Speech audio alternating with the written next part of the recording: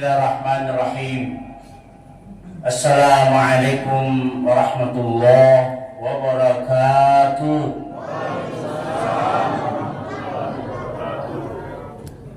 Bersyukur kepada Allah Subhanahu wa taala dengan mengucapkan alhamdulillahi rabbil alamin. Bersalawat kepada Rasulullah sallallahu alaihi wasallam dengan mengucapkan Allahumma salli ala sayyidina Muhammad wa ala ali sayyidina Muhammad. Bertaslim kepada Rasulullah sallallahu alaihi wasallam dengan mengucapkan assalamu alayka ya Rasulullah.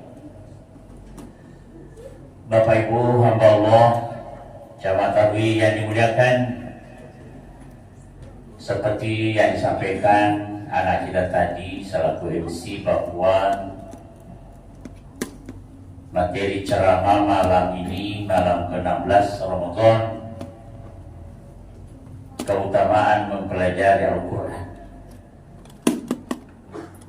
Dan ceramah ini insya Allah 15 menit ke depan.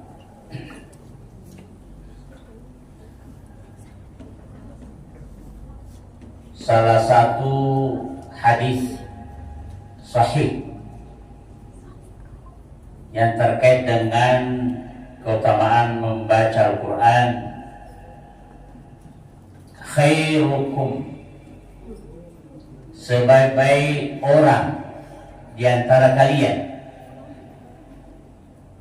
man ta'allama Al-Quran, adalah orang yang mempelajari Al-Quran,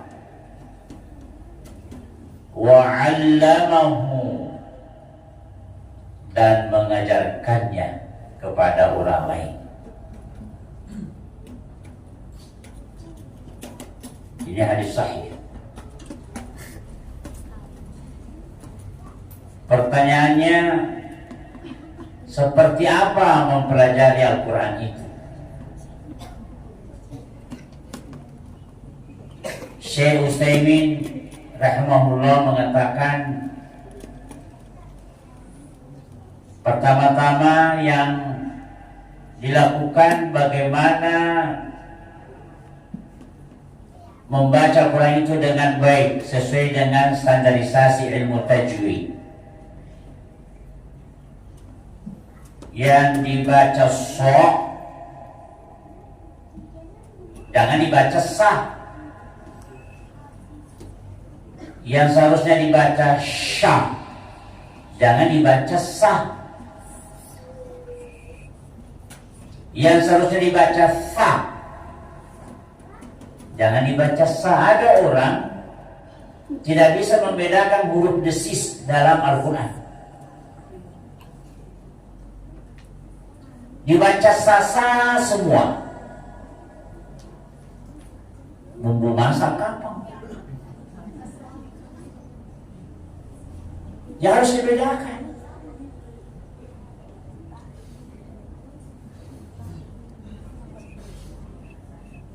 Kemudian yang kedua, bagaimana mentahsinkan bacaan Al-Quran. Enak itu kalau kita mendengarkan orang membaca Al-Quran, suaranya bagus, kemudian fasih didengar, enak itu.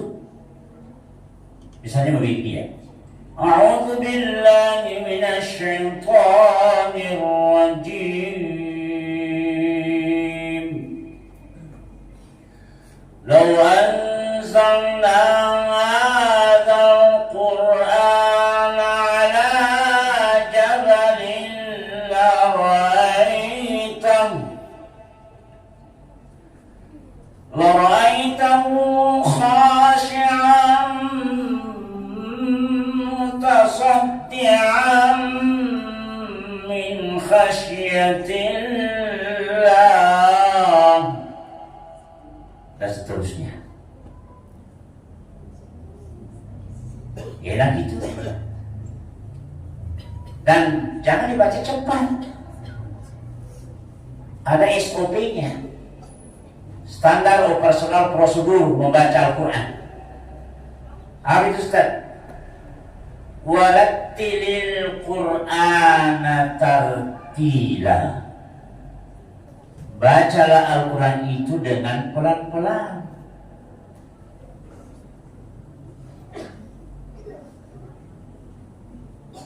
Terutama ketika membacanya di dalam sholat. Ada orang membaca surah Al-Fatihah satu kali nafas.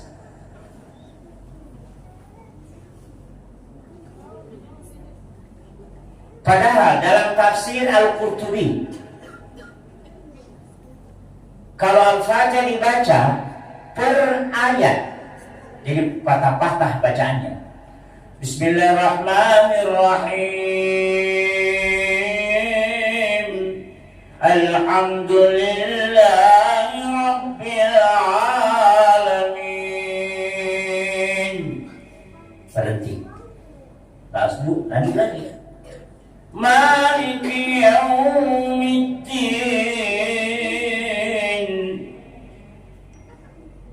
Bapak Ibu, setiap kita membaca ayat-ayat surah Al-Fatihah, Allah jawab, Alhamdulillah Rabbil Alamin. Apa kata Allah? Hamidani abdi. Hambaku memuji aku. Lanjut. Ar-Rahmanir Rahim. Majjadani abdi. Hambaku mengagungkan aku. Itu Bapak Ibu. Tapi kalau disambung, Bismillahirrahmanirrahim. Alhamdulillahi Rabbil Alamin. Ar-Rahmanir Rahim. Maliki Yaumiddin. Tidak ada jawaban dari Allah. Jadi harus dibaca patah-patah. Ustaz, ini 20 rakaat, nanti kita mau taruh ini Ustaz. Iya, jatuhnya sama Nabi. Satu ayat selesai, ruku, no.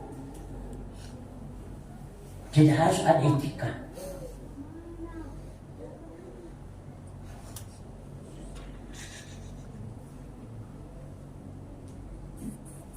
Saya membaca dalam kitab Irsyadul Ibad.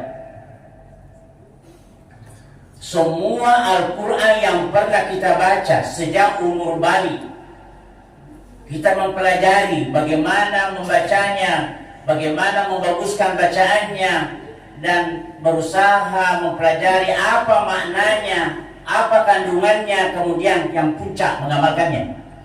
Maka ketika kita masuk ke yang lahat, Bapak Ibu, lahat itu sebuah lubang miring ke dalam. Ya, kalau ada kuburan tidak ada lahatnya, itu kuburan Yahudi. Nabi mengatakan, ibunyi, caluri, buatkan lahat, ada lubang masuk ke dalam.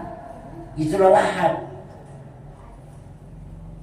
Setelah kita dimasukkan, kemudian dimiringkan ke arah kiblat, kemudian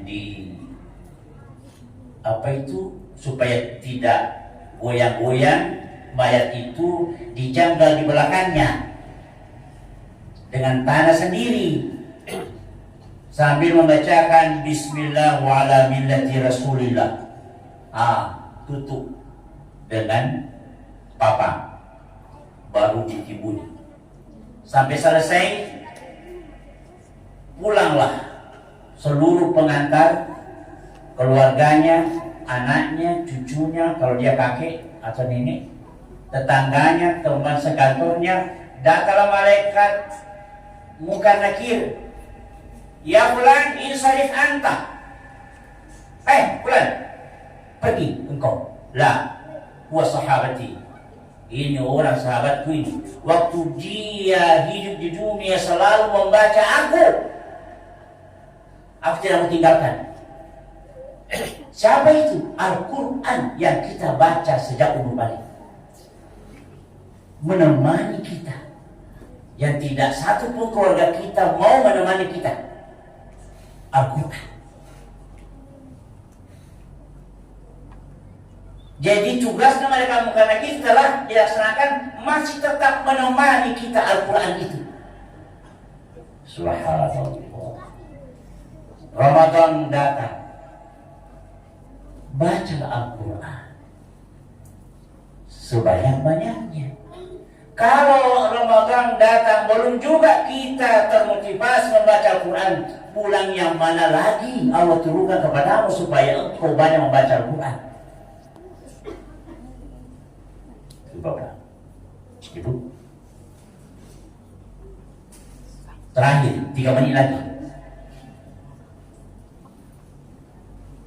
Sebuah hadis sahih menurut Syekh Nasiruddin Al-Albani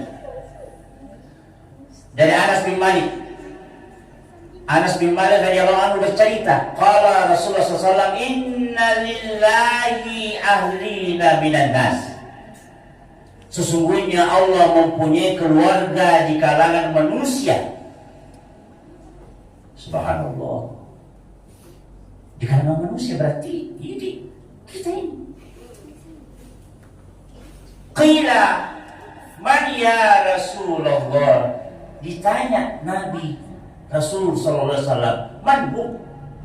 Ya Rasul, siapa mereka itu yang menjadi keluarga Allah di kalangan manusia di bumi? Rasulullah SAW menjawab, hum ahlul Quran wa ahlullahi wa khassatuhu. Mereka itu ahli Quran dan keluarga Allah yang dikhususkan. Subhanallah. Nah, sekarang pertanyaannya, apa kriterianya orang yang menjadi keluarga Allah? Pertama, dia pasti membaca Al-Quran. Makanya mempelajari Al-Quran itu ilmu fardu ain, kewajiban individu, tidak boleh diwakilkan. Karena kenapa? Karena ilmu terapang langsung diterapkan ketika kita sholat. Tidak boleh kita katakan, Pak Imam saja, ada yang wakilkan. Oh no. Sama-sama kita sholat berjamaah, Pak Ibu, sama-sama sholat berjamaah, tapi beda pahala sholat berjamaah kita. Tergantung bagaimana membacanya. Pahamkah kita apa yang kita baca, lalu mengamalkannya? Banyak orang, banyak orang membaca Al-Quran di luar sholat maupun di dalam sholat, dia tidak paham apa yang dia baca. Kualitasnya rendah. Beda dengan orang yang paham apa yang dia baca. Kalau begitu, belajarlah. Pelajari apa maknanya Al-Quran itu dan paham.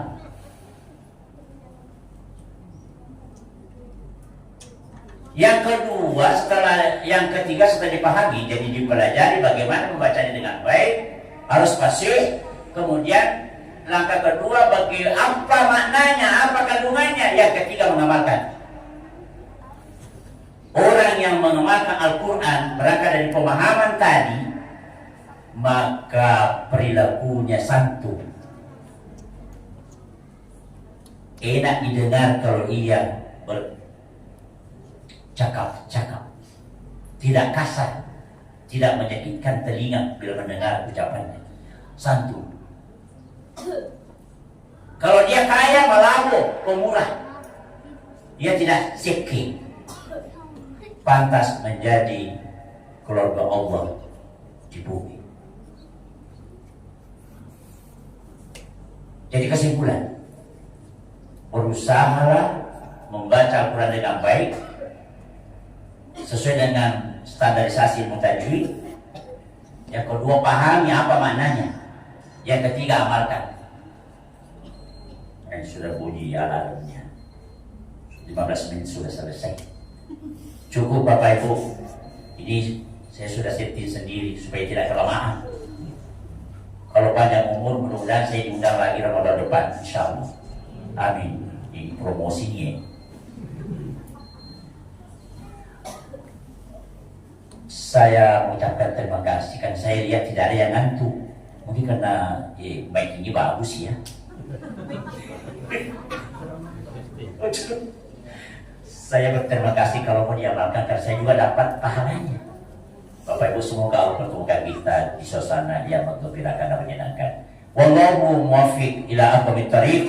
Wassalamualaikum warahmatullahi wabarakatuh.